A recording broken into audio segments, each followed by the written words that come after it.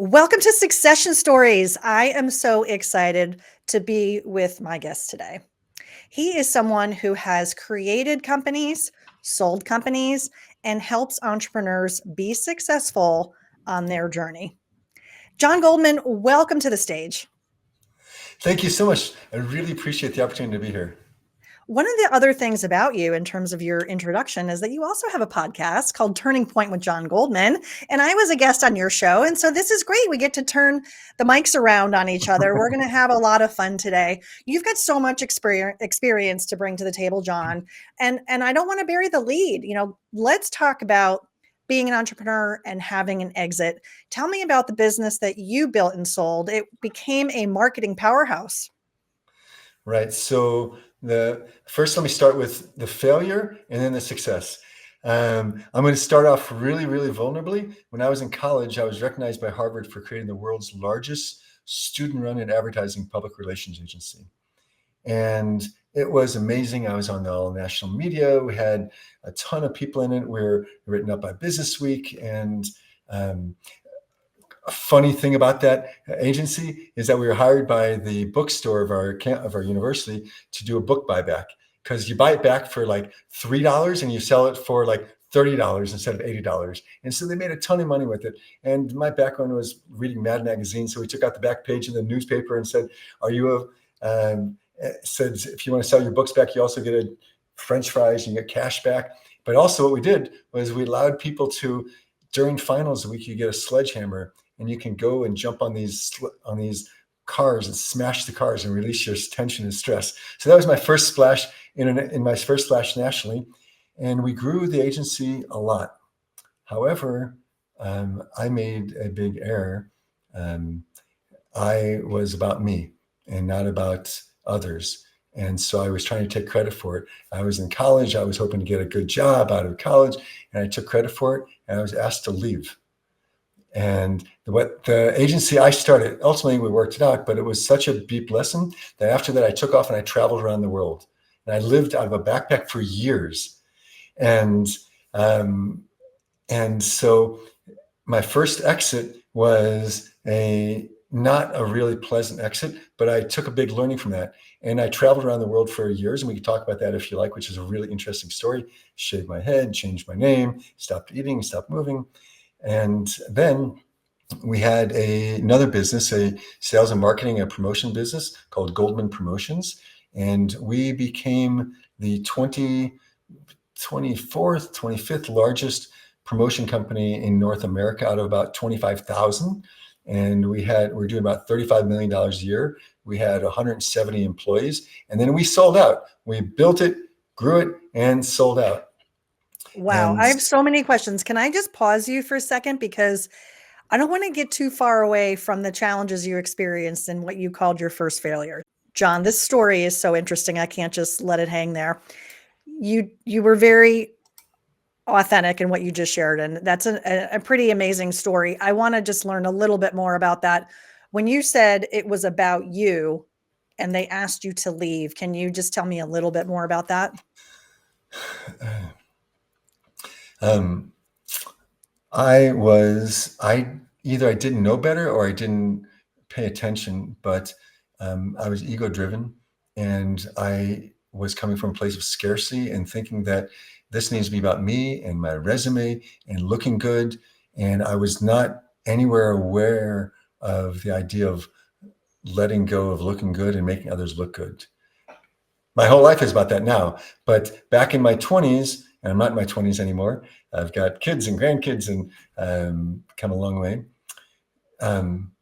So it was about me. And I didn't know better because I was just on a path to try to make as much money as possible, become as famous as possible, look really good, get interviewed by here and there, and then get a really good job offer out of school. And I had a whole bunch of job offers. And I had a key copywriter. He and I worked really closely together. And we both went to Atlanta and we got offers. I mailed out my interview in tubes and got a whole bunch of really good offers to work for top agencies. And he did too. And he went to work with these agencies. And instead, I went to travel. And I got a one-way ticket around the world and said there's got to be more to it than this. And the corporate world was still waiting for me when I came back. How did you explore the world? How did you explore yourself when you took that gap year? Rule number one was that unless I got invited in somewhere, I would sleep outside in my tent. And that puts you in a pretty weird place to be able to be in a place where, unless I got invited in, so I slept in a lot of really weird places. And I woke up in Brussels. I woke up on a median in the middle of a road. And at one time I woke up in the middle of a field and horses were running at me. Another time I woke up in Greece on the bay and a guy was standing over me with a spear because he was spearfishing at sunrise. I woke up squatting in all sorts of places in the mountains and in the cities and met a lot of really interesting people along the way. And fortunately, I'm still alive to tell it. Yeah, this is like the ultimate budget travel. So was this not sleeping in hostels and not sleeping in hotels? This was by choice? That's right. And ultimately, I ended up in a Buddhist monastery. I had a buddy, Harry Humer. We were working at a personal development center called Cortijo Romero in southern Spain. And I became fluent in Spanish. I decided to study language. And so I went to work in this personal development center where people come from all over Europe. And I heard that there was a Buddhist monastery that wanted to start a summer camp. So that was my jam. I'd worked at summer camps my whole life and leading trips in the mountains. So I went there and helped them start a summer camp. And I shaved my head and I changed my name to Tempa Chopil, which is the natural lung flower of the Dharma, but you can call me Tempa. And during that whole journey, I stopped moving for 1 week. My friend Harry and I went on top of a mountain and we decided not to speak for 7 days. And each day we would pick a notch in the tree. And after 7 days, we would decide what we're going to do. And I learned how to alpine ski, which means you go with the backpack and 2 boots and your stick. And I lived blindfolded in the forest. And then I stopped moving while I was in the forest, and some pretty funny stories about that. And then I decided not to eat for 1 week. I drank water, but I didn't eat for a week. And my wife said, "What happened to that week where you stopped speaking for a week? What happened to that?" So my dad said, "Hey, you got 2 ears and 1 mouth. What happened?" What happened when you didn't move for a week? And what happened when you didn't eat for a week? Did your mind get clear or did your mind get clouded? So a lot of funny things happened. At the time I had very long curly hair and I wore mountaineering sunglasses, and that was about it. We had a deal on our tent. We were next to a waterfall, on top of a waterfall with a river. He was on one side, I was on the other side, and I decided to live blindfolded. And so the night before, I put my water into the river, and like in the 2-liter bottles, and then each day we put iodine into it to kill the parasites. And so I didn't tell him, because we were talking, that I was going to live blindfolded. So I woke up in the morning and put blindfolds on, and I stumbled. I had my walking stick. I stumbled to the river. I fell in the river. I'm soaking wet all over the place. And we were just sitting and being. So I get my stuff pulled together. I'm dripping wet, and I feel the blanket. I start to sit down, and I sat on his head. And so the only words I said all week was like, "Oop, sorry." And so I'm sitting on my blanket up in the mountains, and a Spanish goat herder is walking along eating his bocadilla and drinking a cerveza, a beer, and he sees this naked guy sitting on a on a blanket, like not moving. And his goats came around me and they start like kind of nibbling at me, and I'm not going to move because I'm just busy experiencing this. So I learned a lot about my breath. In every language, breath is connected to soul. And I learned how to breathe intentionally. And I learned how to, instead of just being reactive in my thinking, but be aware of my thinking and becoming a chooser, a conscious chooser, as opposed to a reactor. And my relationship with the monk at the time,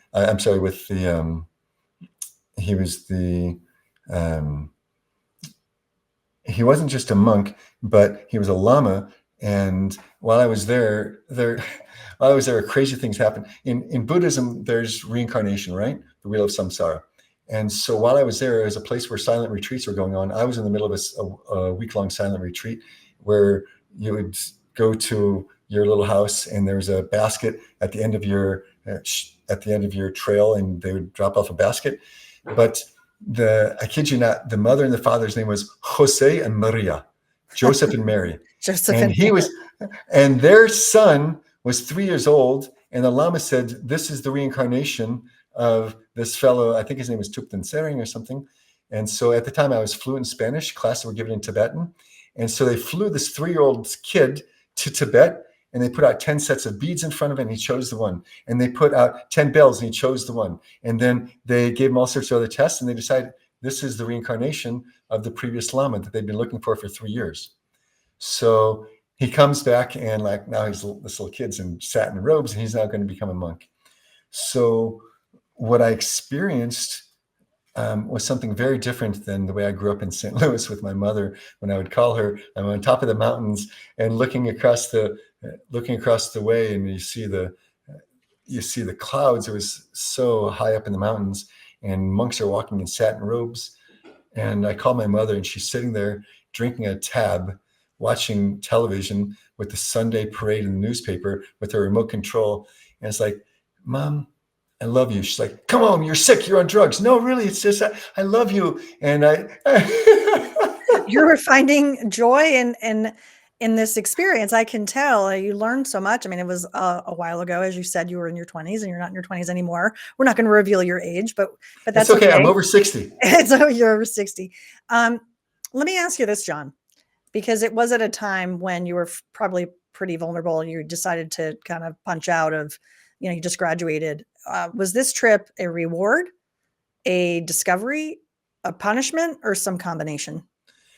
It wasn't a punishment, and it wasn't a reward. It was a calling. And I was brought up in a family business. I was brought up with a degree in business. I was brought up thinking that you got to look good and you have to make good money, and the American dream. And I thought that was the goal. So, but then I figured out there's got to be something more to it. And so I was on a journey to figure out what that was. And I'll tell you, I discovered what the secret of life was. Tell me. Laurie Barkman's podcast. You knew that all that time ago? That's amazing. I think you invented podcasts. I think you No, it is something, right? To take the time to just sit and reflect and meditate and breathe, as you said. We definitely don't do that enough in our daily lives. I just read a book it was about the Dalai Lama and Bishop Desmond Tutu when they got together in Tibet in 2016. And the book is about joy and about finding joy. And it's about the two of them and their perspectives on joy. So I'm not an expert on Buddhism or the Lama, but as you said, the Lama, that's who I was thinking about. We all around the world know the Dalai Lama, but there are other Lamas who can teach us and we can learn things. For you as a young 20-year-old man to just sort of say, hey, I'm going to take a year and figure this out. But you left me with this amazing question, which is, well, what did you learn about the secret of life, Jon? There's one question that I've been using as my guiding light ever since then. And the question is really simple. What matters most? And I constantly focus on that which matters most. And both in the short term and in the long term. And the way I live my life and what I help other people do is creating a one-page life plan. This is my one-page life plan. And this is last year's, actually. Did you write that? Oh, you wrote that 20 years ago? Oh, that was last year. Okay. This is last year. I do a life plan every year around August, September. And now my one-page life plan, I still use paper. And this is my entire one-page life plan on one simple page. And then I have my 90-day sprint. This is the one page right here. And then my 90-day sprint. And then each week I have 5 wins a week and then 5 wins a day. And so I focus on what matters most from a life perspective. And life includes business, relationships, spirituality, health, money, personal growth, all sorts of things. And then from 1 year, you say, okay, let's do a 90-day sprint. And then from a 9-day sprint, where I'm always focused on 5 wins a week. A win is something that is discretionary as opposed to non-discretionary. Like, I know I'm going to brush my teeth. I know I was going to be on a podcast with you today. So it's things that are important, not urgent, as Stephen Covey would say. It's a win, though. And To come on the it's show. a win. Oh, for sure. It's totally a win. It's totally a win. And then the secret is also I have what's called a VIP, a verbal introspection partner. And I verbally introspect with him 5 days a week for 25 minutes, half for me and half for him. And that has been one of the greatest things I've ever done in my life. So that's part of what I learned, is that I also figured out what my purpose in life was, which is really cool. And I can tell you what my purpose in life is. And I've been living based on my purpose in life as that which matters most. And that's my guiding light. That is a really cool connective tissue between that experience you had as a young man and then becoming an entrepreneur. I do want to rewind just a smidge, though, if we can, because you came back to the States, right? You said you were part of a family business. And this is yet another thing you and I didn't talk about off air. So because this is succession stories, right? We got to talk about it. Tell me a little bit about the family biz and why you decided to be part of it or not part of it. So my father had started the business, and then my brothers and I were in it. I wasn't ready to join the business. I built my own agency, built my own company, and I wanted to come in not just as like needing a job. And I suggest everybody does that. If you have someone that your next tier is, do not bring them into your business right away. Let them go out and sow their oats. Let them learn from other people. Let them make mistakes. It's absolutely crucial. So I didn't know that, but I intuited it. And so therefore I wanted to earn my own stripes, and I built a very large company. And then I was able to merge together with my family business. And then I was able to grow together to the point where we were acquiring other businesses and growing.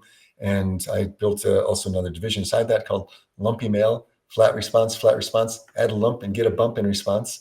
So it was a direct mail business that was multidimensional. We had an office in China, and we were importing from China and bringing it over to California. It was very powerful, very interesting business. So, and then my father transitioned out, and then we continued to grow it, and then we sold the business.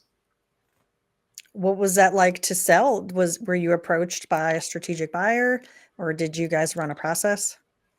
We ran a process, and both. And we were at a size where there weren't a lot of companies that could actually buy us. So we went to about the largest in the country, and ultimately they acquired us. And what did that feel like to sell the family business? Was the family fully on board, or was this a pretty emotional transaction? Yeah. The whole thing was emotional. And I had some dynamics with my brothers that was not easy. But I'm happy to say that my one brother, he's our CFO now. And here we are many, many years later. And we still are getting along. But it was certainly a challenge, the transition, and it's never fair. It's never fair.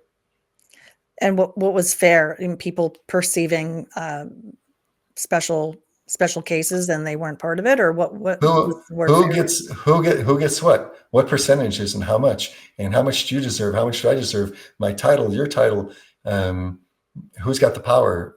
So we struggled with those things a lot. So some of you stayed on post acquisition and some didn't? Yeah, for a short amount of time. Yeah. Okay. How long did you stay on? I was out of there. You were out. And then your brother, the CFO, you said he's still there? Yeah. Well, no, he's a CFO for me. Sorry. Yeah, So yeah. the family was out at the transaction. Some stayed, some left. Right. Next. Gotcha. Okay. Right. Gotcha. And then I was on to my next great journey. And I was very excited. I was very excited to move on to my journey. So did you hearken back to the days of reflection and the contemplative nature to figure out what the next phase of your journey was going to be? Well, I started a company called Brand Launcher, and the essence of Brand Launcher, what made us income, was sales and marketing. But there's three components: sales and marketing, business growth, and then personal development. And my background was in sales and marketing and also business. And I loved personal development, but I was chicken. I didn't think, like, you can't possibly really make a living doing personal development. And so therefore, as time went on, we transitioned more and more and more to doing more and more personal development. And then our niche became working with owners of businesses and their leadership teams and their families. But everything revolved around a business owner and the life of a business owner, which is about personal growth and business development. And that's our sweet spot. And, there's riches and niches. So when you can speak the language of an individual, as opposed to, oh yeah, we help everybody with everything, that was not a formula of success for us, but instead focusing on people who own businesses, and especially family businesses, and people in transition and succession. And, I knew the pain and knew the struggle. And so therefore we were able to speak in a language that people understood, I think. What do you find are some of the biggest pain points that entrepreneurs are facing? Everyone's running, either running from or running to.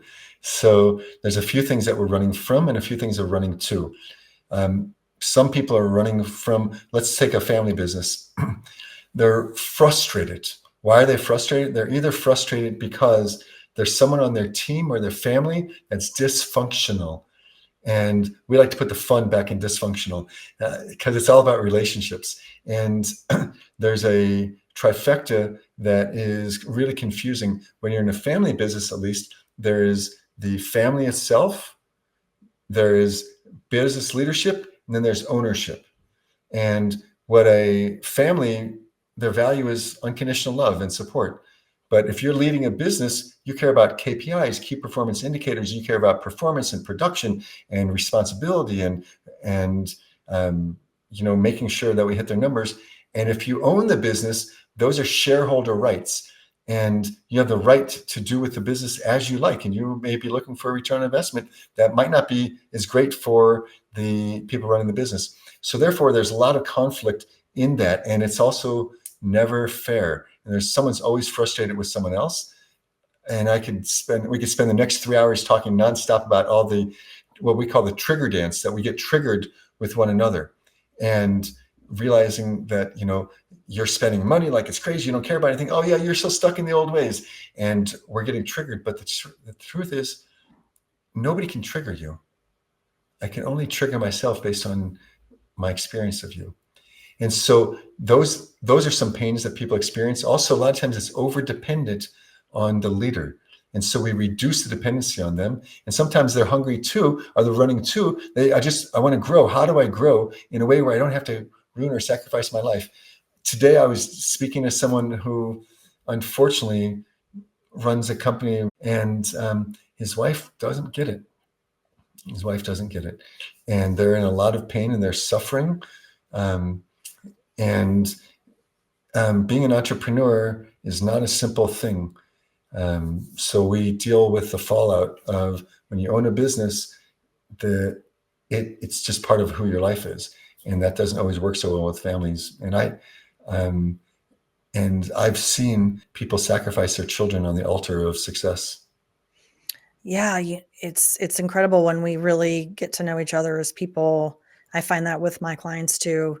Has to be a high degree of trust for them to tell you these things, right, Jon? So I think that that's really important. Also, that you demonstrate a high degree of empathy with your clients, and that's really, really important, again, to foster the trust, but also to bring out, well, what are the root issues? Because if we can't identify with what they are, then we can't really help people.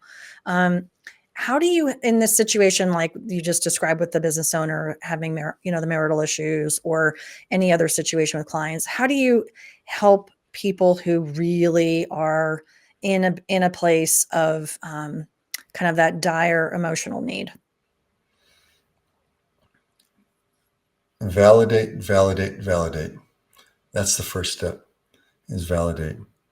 And The second step is realizing that all growth starts with truth. And we will facilitate a courageous conversation. And there are 4 parts to a courageous conversation. We would call it a GIFT conversation, GIFT, which is give the facts, the pure data. What's your interpretation, which is totally biased? What's your feeling around it? And how do we take action? And most people, for example, let's say that you're late. And let's say that we have a leadership meeting that starts at 8:15 every morning. And so you showed up late again. And I'm really frustrated.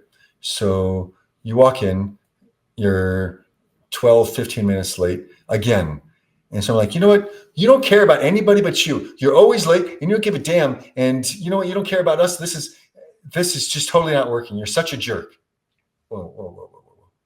Let's turn that into a gift conversation. A courageous conversation. Courage means heart.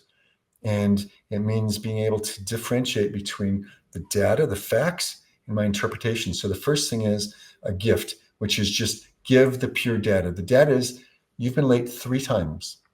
There's nothing to argue it. When people mix it all in, it's like you're such a jerk. You're always late. I'm not always late. Oh, yes, you're always late. No, I wasn't. So if you simplify it just to the courageous conversation, you were late 3 times. There's nothing to argue about. That's data. Now I'm going to tell you my interpretation. My interpretation is that you're not respecting us. And my interpretation is that something's going on and I don't know what it is. I know that you're having a hard time with your wife and maybe something's going on with your kid, taking the kids to school or something. But my interpretation is that you're not communicating with us and you're not showing up. And my interpretation is you're not respecting us by doing that. That's my interpretation. It might be right, it might be wrong, but I own it. So you don't have to own that. The third thing is my feeling. The truth is I feel frustrated. I feel kind of angry and I feel disrespected. It's my feeling and I want to share it with you.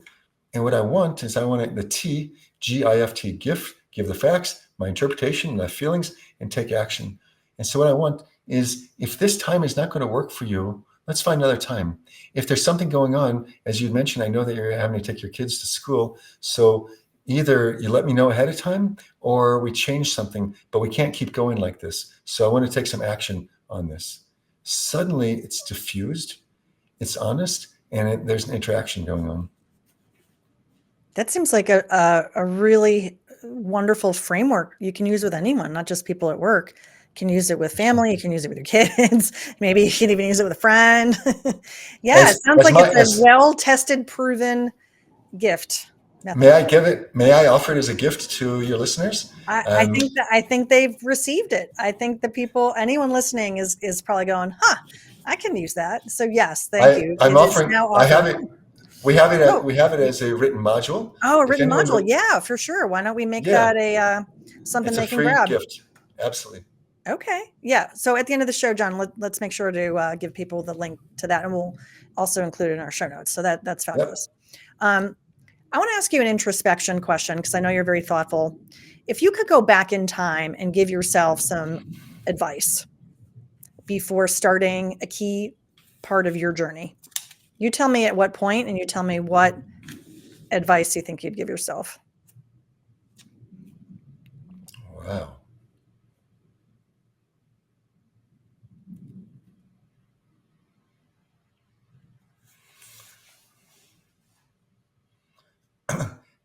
And the question is a key piece of advice that I would have done something differently, or a piece of advice I would have appreciated hearing back then. Yeah, and either of those things. If you're going to talk to yourself at some point in your journey, what is that little thing you'd tap yourself on the shoulder and say, "Hey, John, think about this." Yeah, I would say 2 things. One is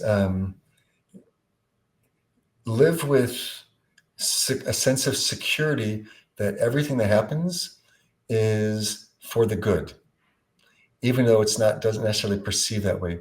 Because when I live with a absolute security that everything is for the good, then I can live with much more confidence. So that would be the first thing. And the second thing was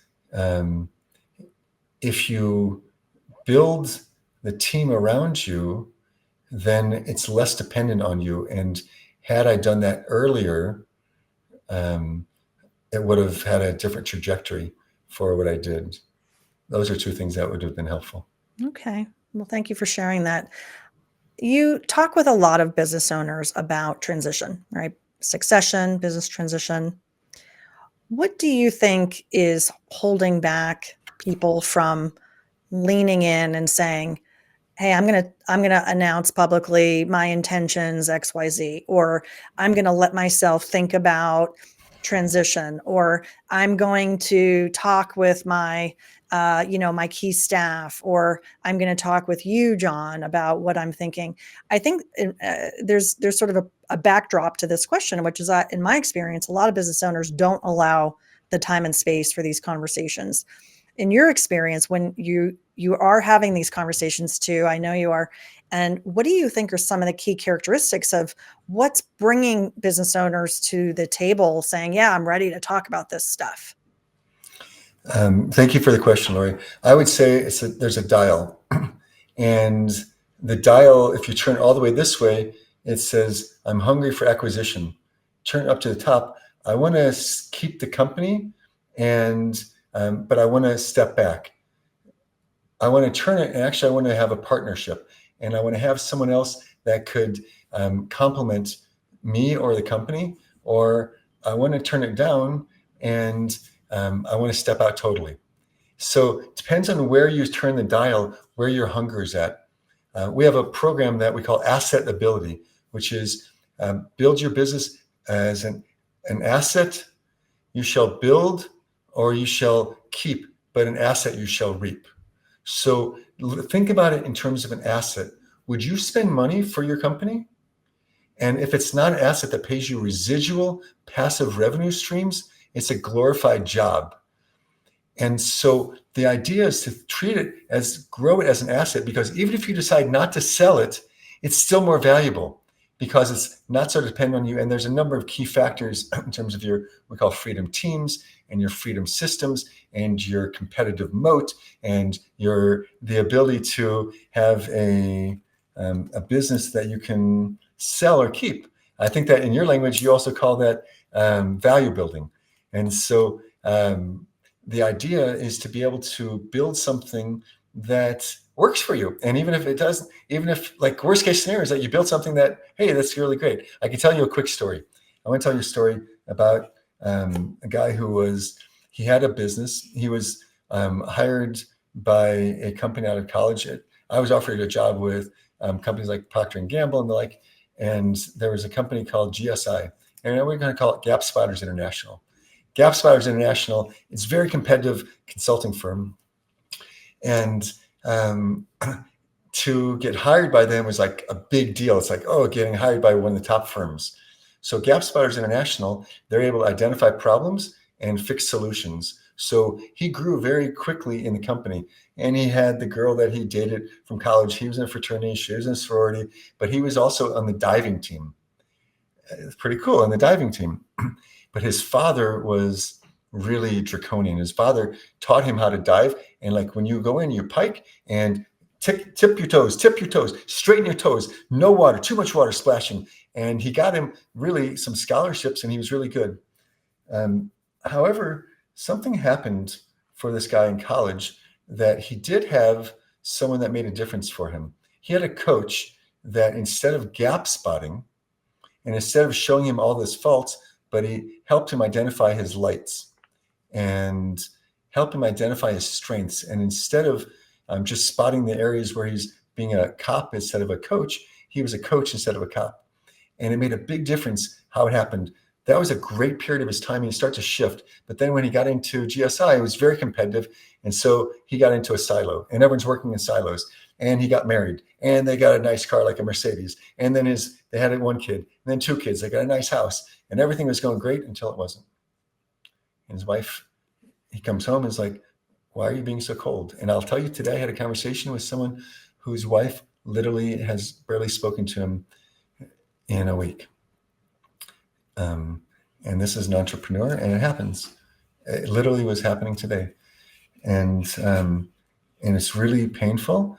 And she said, look, this isn't working. It's like, what's not working? So she listed several things. She said, okay. He goes back to the office, pulls out a computer, does a spreadsheet, comes home and says, here, I put into a spreadsheet. All the problems are in tab number 1. All the solutions are in tab number 2. And she's like, here, you could take your spreadsheet and shove it right where the sun doesn't shine.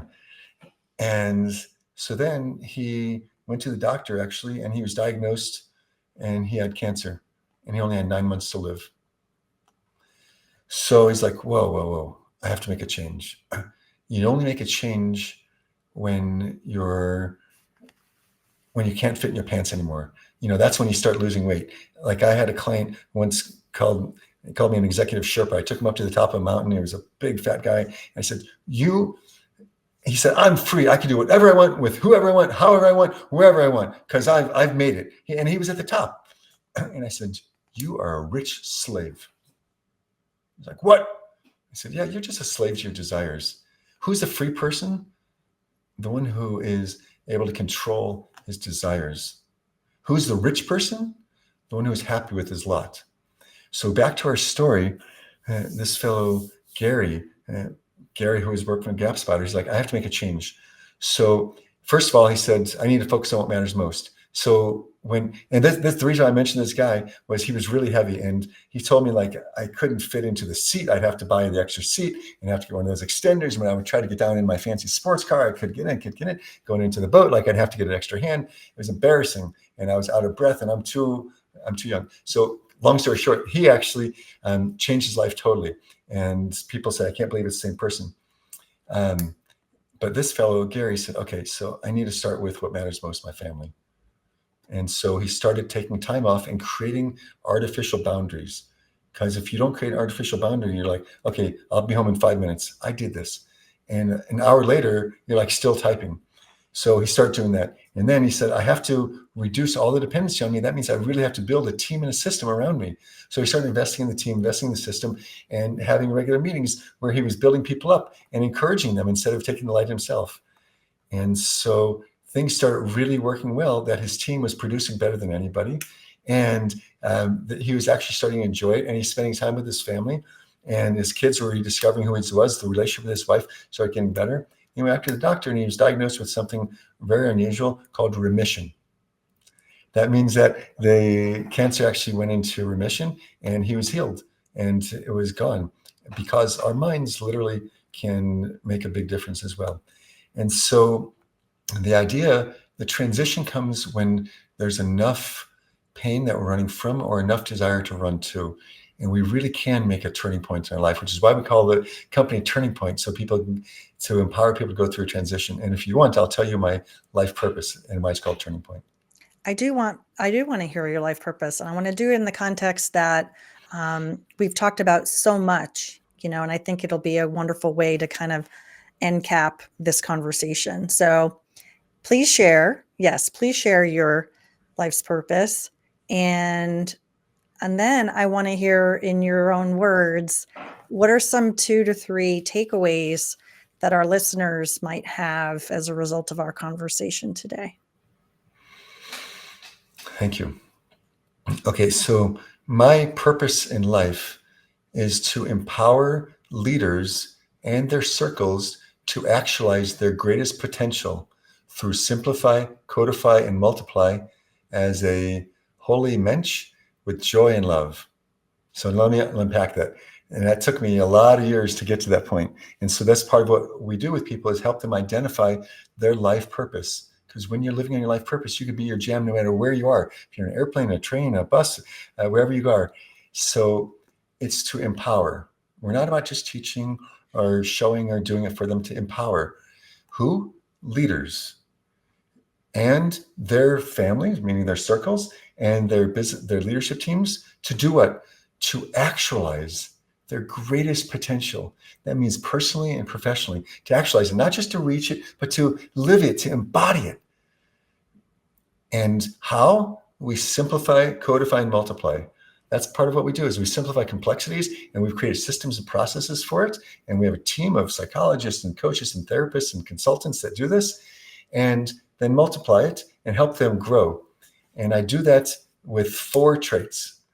as a holy mensch because to me, spirituality is really, really fundamental. I live my life in a spiritual way. I spend part of my day every day between meditation and breath, and I study Talmud, and I teach, and I've written books on spirituality and personal growth. I've developed over 90 modules on personal development and business growth, and many of them are illustrated. And so simplify, codify, and multiply. That's what it's about. As a holy mensch, and a mensch, I was named after my grandfather. And today, by the way, is my father's, in Hebrew, it's called a yahrzeit. It's the anniversary of his passing. So tonight, as soon as we finish this call, I'm going with my children. I got a huge platter of sushi, and we're going to be celebrating my father's life as soon as we finish this call. And my father was my greatest hero in terms of focusing on that which matters most, and to be a mensch. And I was named after my grandfather, and on his tombstone was the greatest thing you could do is to be a mensch. And a mensch means be forthcoming. It's Yiddish for it means man. And it means doing the right thing, having the courage to do the right thing, do someone a favor because it's the right thing, and always to be kind and caring and strong. And so I do that with love and joy. That's my purpose. That is beautiful. I love how you articulated that, Jon. Well, let's wrap it up. I know that we've got a very busy evening for you. I appreciate you shared. This is the anniversary, a special moment in your family. So we'll always be sharing that together. You'll be lighting a candle, I'm sure, and honoring your father. You said this was his yahrzeit, correct? That's right. His name was Sam. And his name was Sam. So Sam's in our thoughts. And, hey, this is an amazing episode. You've Can I shared just tell you so something? many things. My son just walked in, and my son, his name, we all have Hebrew names as well. So his name is Shimshon ben Yaakov. My Hebrew name is Yaakov, means Sam, the son of Yaakov. And my name is Yaakov, the son of Sam. And my father's name is Sam, the son of Yaakov. And my grandfather's name is Yaakov, the son of Sam. And so we go back and forth all these generations. So tonight is a very special night. And my father was my role model. He was basically hard of hearing. And to be able to not be enrolled in our story and build large businesses and make big impacts on life is ultimately what it's about, because it's all about relationships. Absolutely. It's all about relationships. Jon, this has been an amazing episode. You've shared so much. Thank you for sharing your insights. I think the audience is going to learn a lot from you. We really appreciate that. And if they want to get in touch with you, what is a good way to do that? Our basic website is myturningpoint.com. And everyone should look at it like, who's Turning Point? Oh, my Turning Point. I can go through a Turning Point too. So it's myturningpoint.com. And there you could find an assessment. It's a free assessment that you could take, which is how to be happy, healthy, and wealthy. And so who's a rich person? The one that is content and happy with their portion. But in health, we have a program called STEP, which stands for sleep, taste, exercise, and pulmonary. And then and wealthy, which is your business and your life together. As well as you can find our podcast on all the Spotify and YouTube and Apple, which is Turning Point with Jon Goldman. And but myturningpoint.com is the easiest way. And Laurie, you are an amazing, amazing interviewer. You really got me thinking in a very deep way. And anyone who has the opportunity to work with you is fortunate, because what I know is that you not only bring out the best in others, but you do it in a way that's respectful and in a way where you bring your professionalism in a very focused way. And I appreciate that so much about you as well. Oh, well, thank you. That's really sweet. That is really sweet. And to all of our listeners, please follow up with Jon if you want to learn more about My Turning Point. And also, you can be a follower of his show. You can be a follower of this show. If you want to like, subscribe, follow to Succession Stories, why not? Share it with a friend. And also, if you want to see this video or full interview, as well as some interview shorts from the video, from this interview, they will be on our YouTube channel, Business Transition Sherpa channel on YouTube. This has been another fun and inspiring episode of Succession Stories, and we'll see you next time.